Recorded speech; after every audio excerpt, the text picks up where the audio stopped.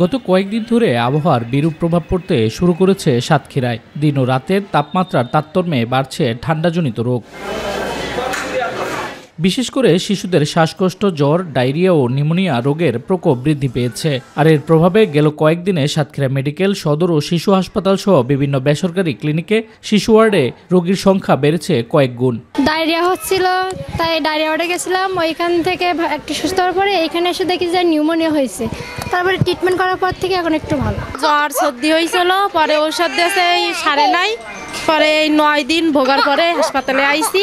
বুক x-ray করছিল, রক্ত পরীক্ষা করছিল, করার পরে এখন ভালো। অতিরিক্ত রোগীর চাপে হাসপাতালগুলোতে দেখা দিয়েছে বেড সংকট। এতে কিছুটা ক্ষুব্ধ রোগীর স্বজনেরা। অন্যদিকে রোগীর চাপ সামাল দিয়েও রোগীদের চিকিৎসা সেবায় কোনো কমতি নেই বলে জানান এই সেবিকা। বেড পাইনি, বাচ্চা কাচ্চা নিয়ে আসি, ছোট বাচ্চা, এখানে নিচে ফ্লোরে থাকতে হচ্ছে, খুবই কষ্টকর এই বিষয়। বাচ্চারা ফ্লোরে থেকে আরো অসুস্থ হয়ে যাচ্ছে।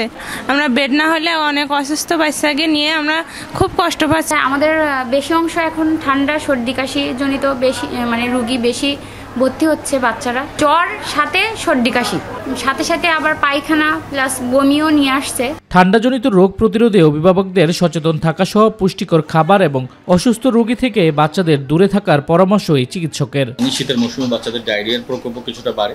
এখন এই মৌসুমে আমাদের গার্জিয়ান অভিভাবকদের অবশ্যই একটু সতর্ক হতে হবে, বাচ্চাদের ঠান্ডা কাশি যাতে কম লাগে। বাচ্চাদেরকে অসুস্থ অন্য মানুষের থেকে দূরে রাখতে হবে এবং পুষ্টিকর খাবার খেয়ে তাদের রোগ প্রতিরোধ ক্ষমতা যতটুকু তাদের উন্নতি করা যায়। শামস তাবরেজ উচ্ছ্বাস, মাই টিভি নিউজ ডেস্ক।